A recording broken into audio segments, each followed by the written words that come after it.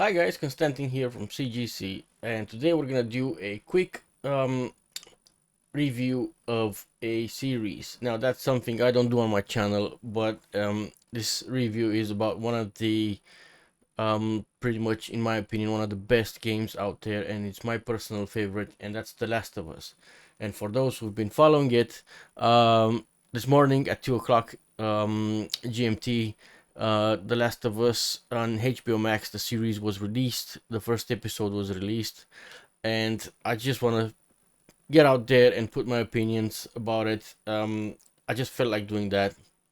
Now, the reason why uh, this is such a big thing is the fact that The Last of Us is a massive game in the PlayStation environment and universe. It's one of the best selling games out there, and I truly believe that they have a lot more to say about it. Personally, I'm a very big fan of the genre. To give you a quick overview of it, it's about a journey of a young girl called Ellie and um, her companion Joel uh, through a universe of pretty much zombie-like humanoids, um, and they need to get to various places, and they need to. I'm not gonna tell you too much about it, but the end game is um, it's a journey. It's a journey from A to B. Now, um, the series itself, I was a bit reluctant when they announced the actors because there were better options in my opinion for it in terms of so they tried to match the characters physically as much as they could with the game characters, and they pretty much were banged on. You got Bella Ramsey for Ella and Pedro Pascal for Joel, which is quite alright. um, I felt like they could have matched better looking people in case of not like you know better looking, closer looking people to the actual game characters, but initially that was my opinion, but after I've seen the first episode, they're quite alright, to be honest. um, and I'm gonna start with the things that I sort of like from the beginning. I didn't like about the series itself, from what I've seen in social media, and then I'm gonna move on to the series itself as I've seen the first episode this morning. Yeah, I may be a bit tired because I stayed up late till 2 o'clock in the morning to see it. So yeah, the main thing was I felt like the characters themselves, they didn't the actors themselves didn't quite match 100% the characters initially from pictures and stuff, but again, I got over that's all right. the um, the second thing I didn't like was that's my dog going in the background in case you hear it. The second thing I didn't like, which one was it? Oh yeah, the fact that at some point they've announced that they're not gonna be a true to game kind of like series. They're gonna start doing their own thing. So I was a bit concerned. I said, well, I like very much the game. I would like it to be, if I'm seeing the series, I would like it to be as unspoiled as possible. But that turned out to be okay as well. And just to give you a bit more background, currently this series, although it just came out, it's literally 100% fresh. It was voted as the best adaptation of a series from a video game. That's how well it was done, and it was done specifically because I think the people at HBO Max put a great director behind it, and they've allowed the game developer or creator or producer, I don't know exactly what his role is, Neil Druckmann. They've allowed him to participate in this series as well, which kind of like brought the Last of Us universe on TV, which I think is great. I'm pretty much gonna watch the whole series, and yeah, it's got a thumbs up already from me. Now, the thing that I'm gonna start with will contain a bit of spoilers, so I will talk through the first episode itself and my impressions of it. Now, I will show you bits and bobs if I can, but mostly I don't think I can show it to them. But I do advise it does contain spoilers. So the first episode starts in a very weird way. The way when I first seen it, I was like, what's going on here? Have they gone that far away from the universe itself? It starts with a conversation on a TV show in the 70s or 1968, I believe it said, where it pretty much there's like the talk show presenter asks some scientist or epidemiologist or whatever he is about what's his greatest concern of a virus hitting the humanity. Now I know that's a hot topic. Initially, I was asking myself why did they put this scene in, but now I realized that they've actually done it so they would introduce all the audiences to the universe the movie is in. Now I've played both games. There's two games currently with The Last of Us. There's Last of Us 1, which is a PlayStation 3 release. I think it's 2013 or something like that. I don't know what it's released, but I've played it a lot later than that. I think in the 16 or 17, 2017 or something like that. I've played it. And there's The Last of Us 2, which was released in 2020. Again, I've played that one. It was a PlayStation 4 release. Now they've moved the Last of Us 1 remastered to PlayStation 5, and there's gonna be a PC release in March, I believe, at the beginning of March, which I will be playing in streaming on my Twitch channel. So if you don't know my Twitch channel, I'll put a link in the description. Also, I do periodic streams of The Last of Us the game on my channel as well. Now, going backwards, so the movie itself starts with a discussion in the 70s. The first scenes are not related to the series itself. It just introduces you to the world, and it just gives you an overview of what actually happened in the series.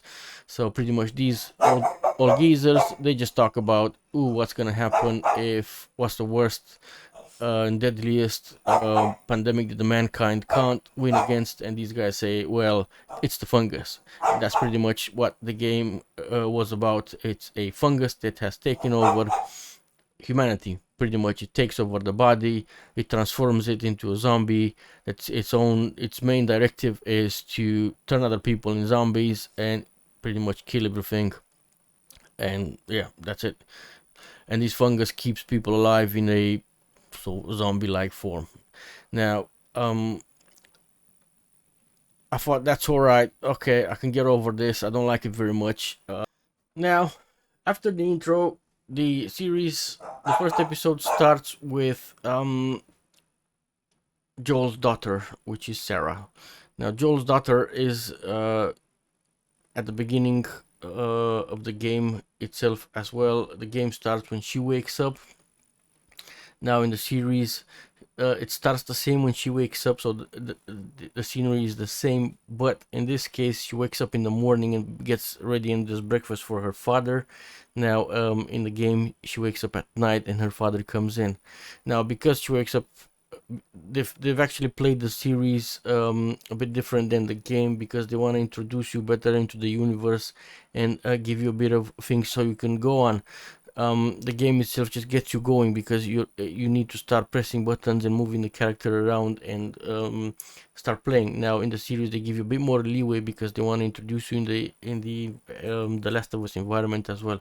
Now because this is just one episode, I don't know exactly how they're gonna play it, but it was quite smart, because throughout the series, the first episode, it pretty much takes you to where the game begins as well. So that's why I think it's quite smart. And when it takes you there, you already know quite a few things about what's going on and stuff, which would have been told to you in the game itself.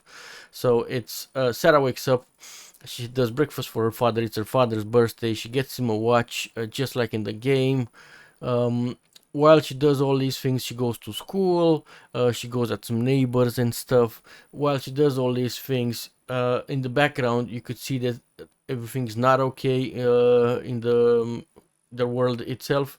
There's like all sorts of snippets at the radio saying this is an emergency, this is happening, there's been a incident somewhere across the world, on the other side of the world.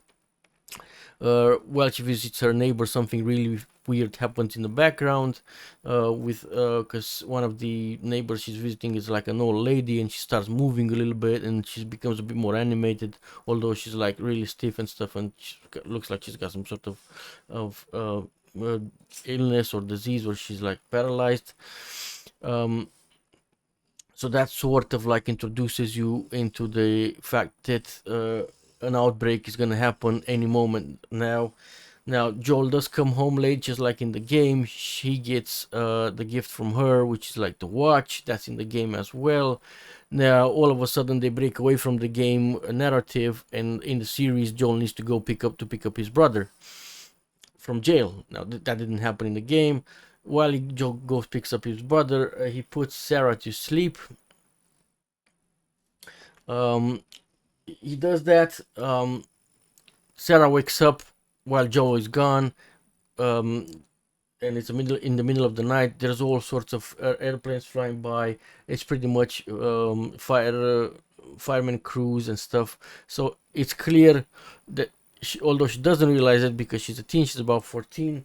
She's used to like day-to-day life and stuff. Although she doesn't realize, but the pandemic's already started, and everybody's turning into these zombies I was telling you about. All of a sudden, the neighbor's dog goes at the door.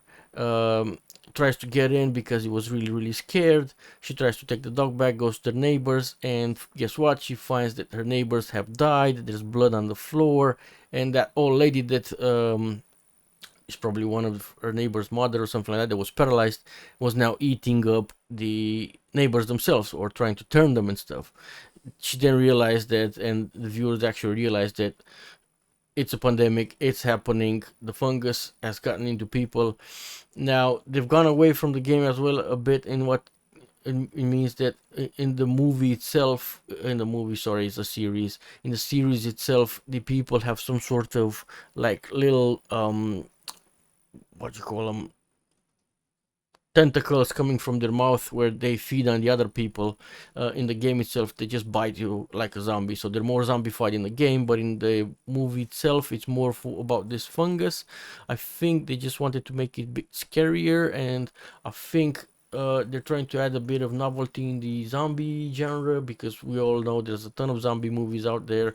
They just act like dead people and start biting stuff around. So I thought that was quite interesting. um I'm not quite decided if it's better than the game or not, but I kind of liked it. Now, unfortunately, as she tries to run away, her father Joel comes back, and they try to escape. So she gets into the car. They don't take any supplies at all, just like in the game. It's just Joel and his brother, Sam. I'm really bad with names. What's his brother? Joel's brother. Tommy, sorry, Tommy, Joe's brother.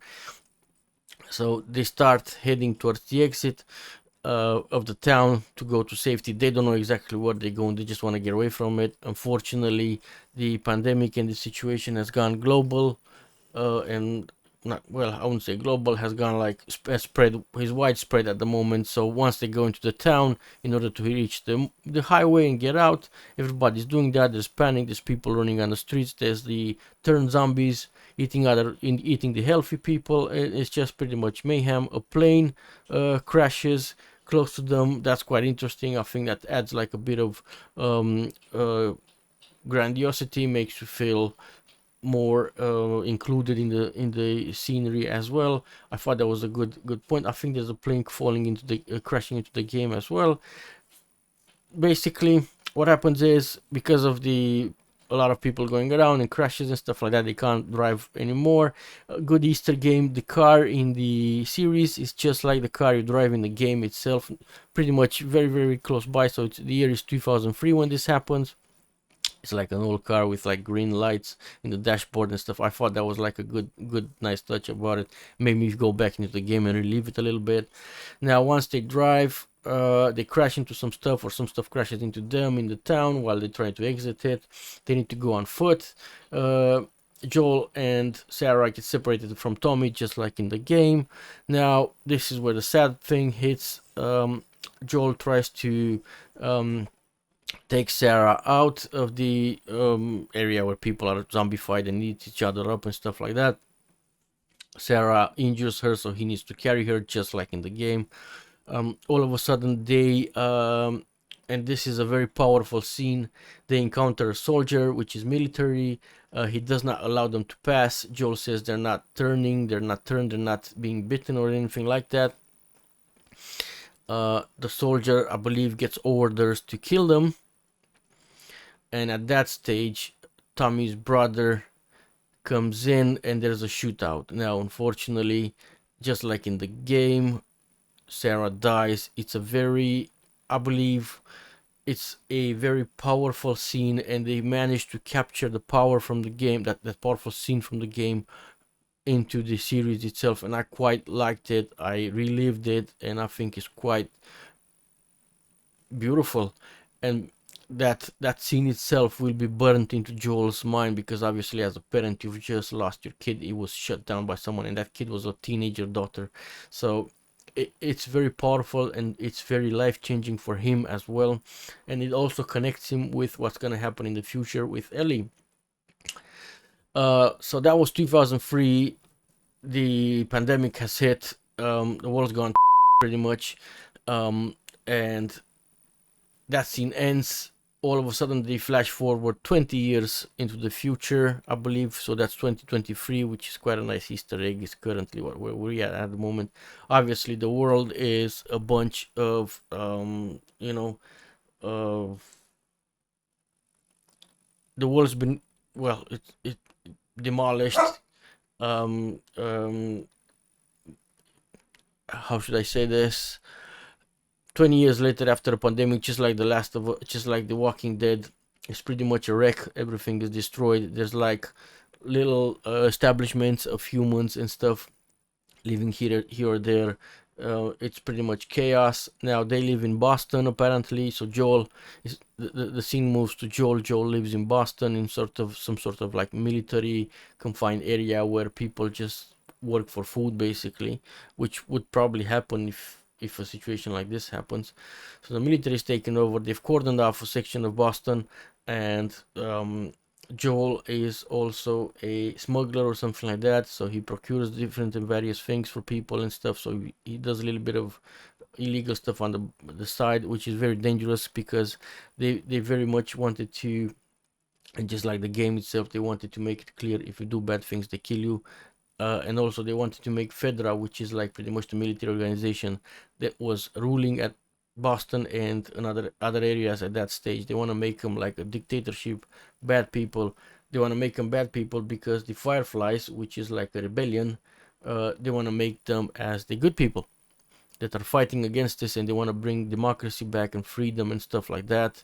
But I don't know how that's going to work in the current context. Anyways, moving through that, so they just give you a bit of context. They spend about 15-20 minutes. Now Joel's got a partner. I'm just gonna Google it, sorry, I forgot her name. I think it's Trish. One second. Joel's partner.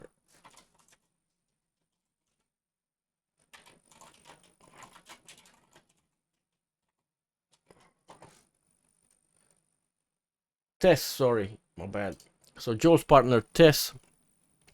So they're together. You can see them because they sleep one next to each other in the game. They're doing all sorts of smuggling stuff. Now Joel is separated from his brother Tommy because that's all he's got. Remember, his daughter Sarah died. Joel is separated from Tommy, and he hears that Tommy might be in trouble. Now there's a very great distance covered with zombies, slavers, raiders, and all sorts of bad things that happen because pretty much society goes down. There's no more rules. Everybody's out for themselves. It's kill or be killed out there. One second. No, this ain't gonna work, and this pisses me off. So it's kill or be killed out there. But despite that, and despite the dangers out there, Joel tries to procure a truck and a battery so they would go out and get his brother. Now his brother lives very far away, Wyoming, so the distance between Wyoming and Boston, I don't know, I have never been to America, but it's pretty big on the map. Sorry. Now in order to do that, Joel does all sorts of illegal smuggling activities, to procure a truck and a battery. Now, when doing that, there's a bit of fighting with some factions, with some other smugglers or bad people.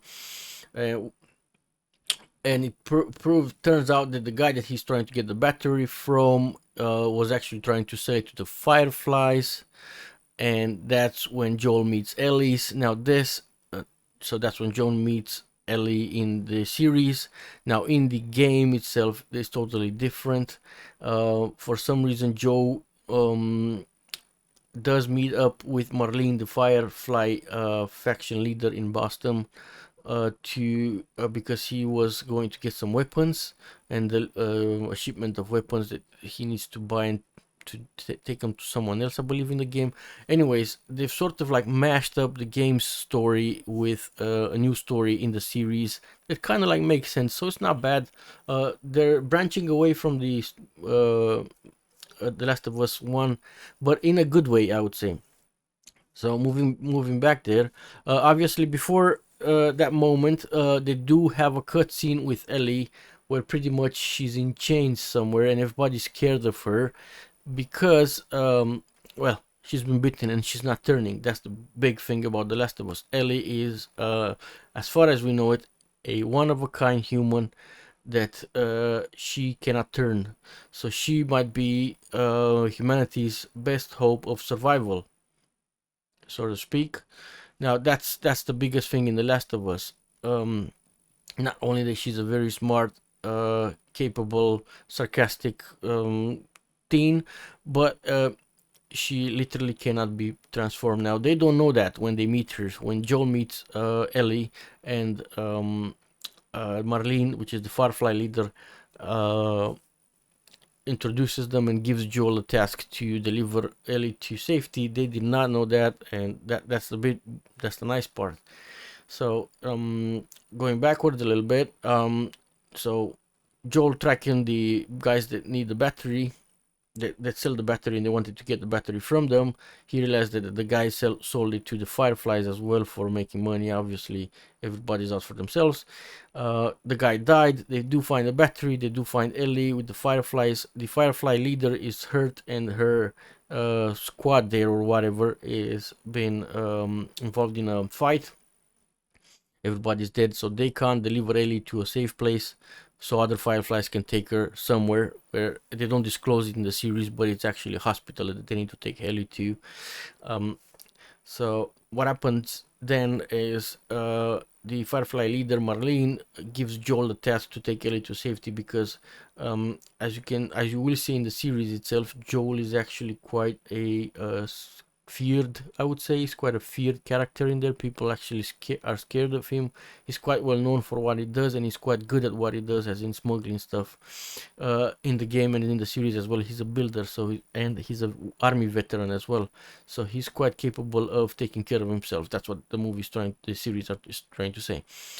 So initially, when they meet, there's a bit of friction between themselves. Although, again, Ellie is pretty much the same age that Joel's daughter that died at the night of the pandemic um, is. So that's quite a powerful bond that will be created between themselves and gets created throughout the game. Now, in the movie itself, there's a bit of friction. They don't quite mix and match well, but they kind of need each other. Joel is just treating Ellie as a errand, so to speak, so he needs to take her to the extraction point, so to speak. And once he does that, the Fireflies will give him a truck with all the stuff that he needs to go across country and get his brother Tommy.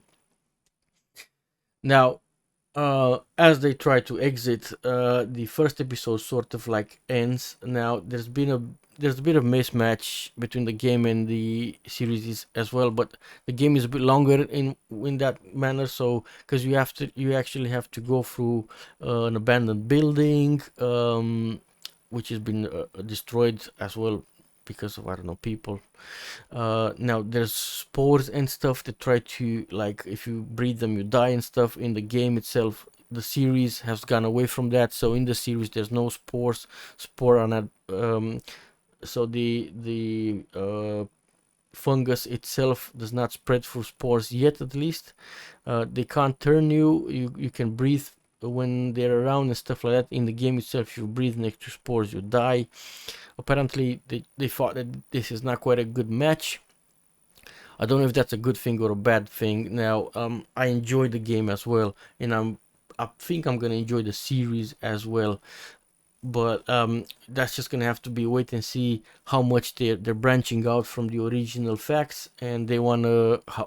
It's just a matter of wait and see to see what's going on, in the um, series universe. So again, they managed to in the series they managed to get quite quickly out of Dodge, out of town. Um, they simply just they snuck through some pipes and stuff. So they got out. As they got out, there's a guard there that catches them, and that guard is one of the guys that Joel knows, and he sells stuff to contraband stuff.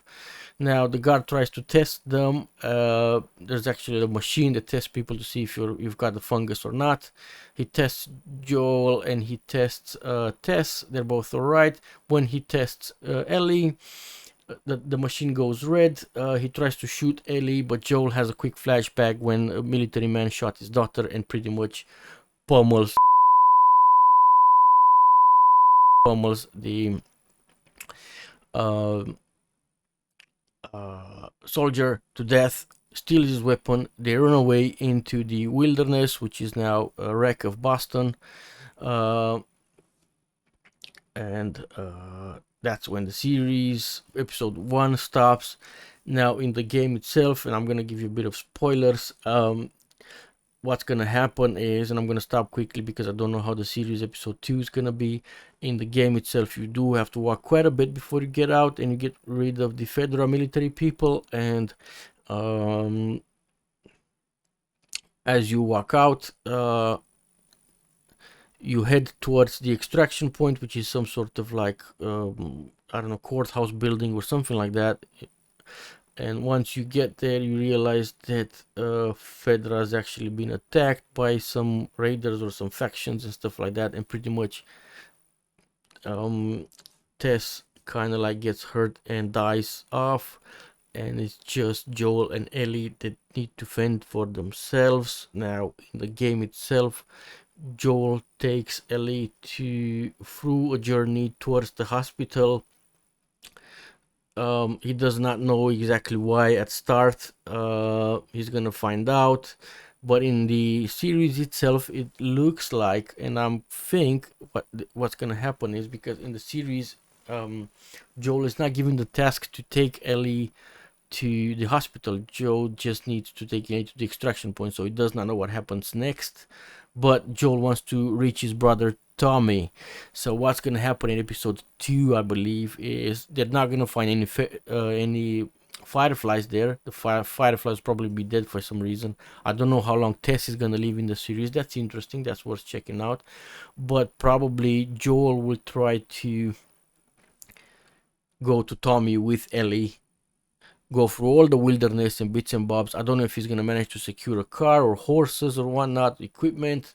I do like it because they show backpacks and stuff like that in the series as well, just like they have in the game, the backpack where they carry all sorts of stuff.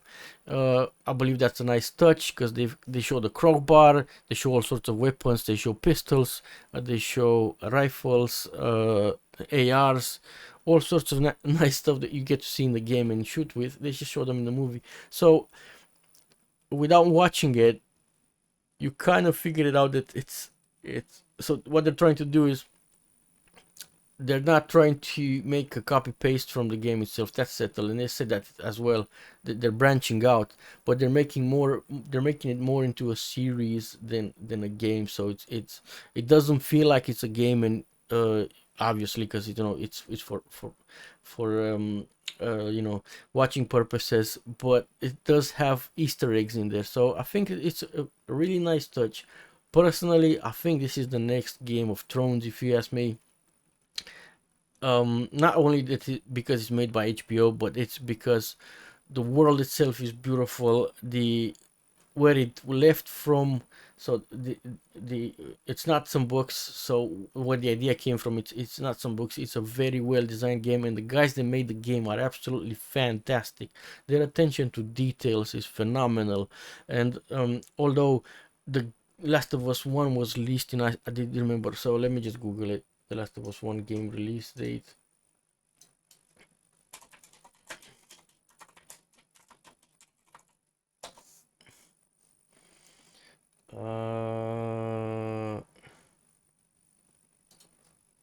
Let's see. June 2013. So it was released in June 2013. The game was way ahead of itself, but because of the graphics limitation of the processing power of the PlayStation 3, they could have not created it as good as they would have wished. But the game was years ahead of any other thing released in 2013. That's why they've done a remake for PlayStation last year, 2022. They released it. Now I haven't played that remake because I knew that they've made it so they could port it to the PC. I want to play it on the PC because you're gonna get better frame rates, better visuals, better AI, everything. Absolutely, the PC is just so much stronger than the console. I'm not trying to be a bit of a snob, but it is what it is. Now, I will be playing that. It comes out in March this year, so it's 2 months from now, 2 months and a half. I don't know. I will be playing it on a PC and streaming it on my channel. And reliving the whole lot. Now, because it has about 9 episodes, the series will be well over at that stage. So that's a really nice sort of like continuation for me, just to get the series, watch the series, and go with the game itself and replay The Last of Us 1. I don't remember The Last of Us 1 entirely because I've played it many years ago. So that's interesting as well. But I do remember the important scenes, and um, I'll go for it as the episodes unravel. Now, the important bit that I wanted to say is they did say that The Last of Us is not going to be they're not gonna make many series of it. I am hoping that at least they will be doing at least 2 series of it, because it's just beautiful, and they've thrown so much money at it. You can see that the scenery itself is really well made. It captures the game and more, and goes beyond that. The fungus itself, they put a lot of effort into that. You can see that they haven't shown a lot of zombies or fungus like people or anything like that yet. But this is just the game beginning now. I believe, from what I've heard, and the rumors is they're not gonna focus too much on the zombies. They're gonna focus more on the humans. The zombies are gonna be things that they escape from, so they're not gonna fight them much, but they will be bits and bobs of it. It's mostly the environment that's created and the fact that the world has gone to beep shit. Um, you know what I mean? And that's pretty much the important factor that I think the series is trying to take in. It's because mostly it's gonna be based on dialogues between people and encounters, I think, and raiders and whatnot and stuff that they're gonna go through. Now it is a bit of a journey. So as it says from the beginning of the series, Tommy lives quite far away. Tommy is possibly in danger, and Joel needs to get to him. Now what's probably gonna happen is, as I said, once they go to that meeting, extraction point for fireflies, and they're gonna have to travel. That's where the actual series starts to unravel a bit, and we'll get to see what the people they meet on their way, how long it takes, when do they see Tommy, do they eventually go to the hospital to take Ellie, do they find out that they need to go to the hospital to leave Ellie there? I don't know. um Obviously Joel does not leave Ellie um, at the hospital, because she was going to be pretty much uh, they're gonna do a live autopsy on her. They're gonna kill her and study her brain and try to find a cure from her brain or something like that. That's what the game does. That's not gonna happen in the series, but I strongly hope that it has at least 2 seasons, because it seems like it gives you one of those feelings that this is gonna be great. It leaves you hanging. It's a great environment. It's fresh. It's not the same old story you see and hear again. The actors are alive. They're not. The actors are a mixture of well-known people and not so well-known people. Um, it's just it's beautiful. So my personal recommendation is go see it. See it. It's on HBO Max. It's on, I don't know, Sky TV or whatnot, wherever you can see it. Try it, and I'm pretty sure that by the end of it, you will be playing the game as well. As I said, there's gonna be a PC release on The Last of Us. There's a PlayStation release with both of them. It's just beautiful. So, guys, thank you very much for watching this. I hope it's not too boring. I did reveal some spoilers, but if you like it, I'm considering right now of doing like a episode per episode review. Might be doing bits and bobs from the series itself, although I don't think I'm allowed because of copyright and stuff like that. I'll see how I can fit it in the video. Thank you very much for watching this, if you have watched it. And hit subscribe if you like it. Talk to you later. Leave a comment if you don't. Cheers, man. Thank you. Bye.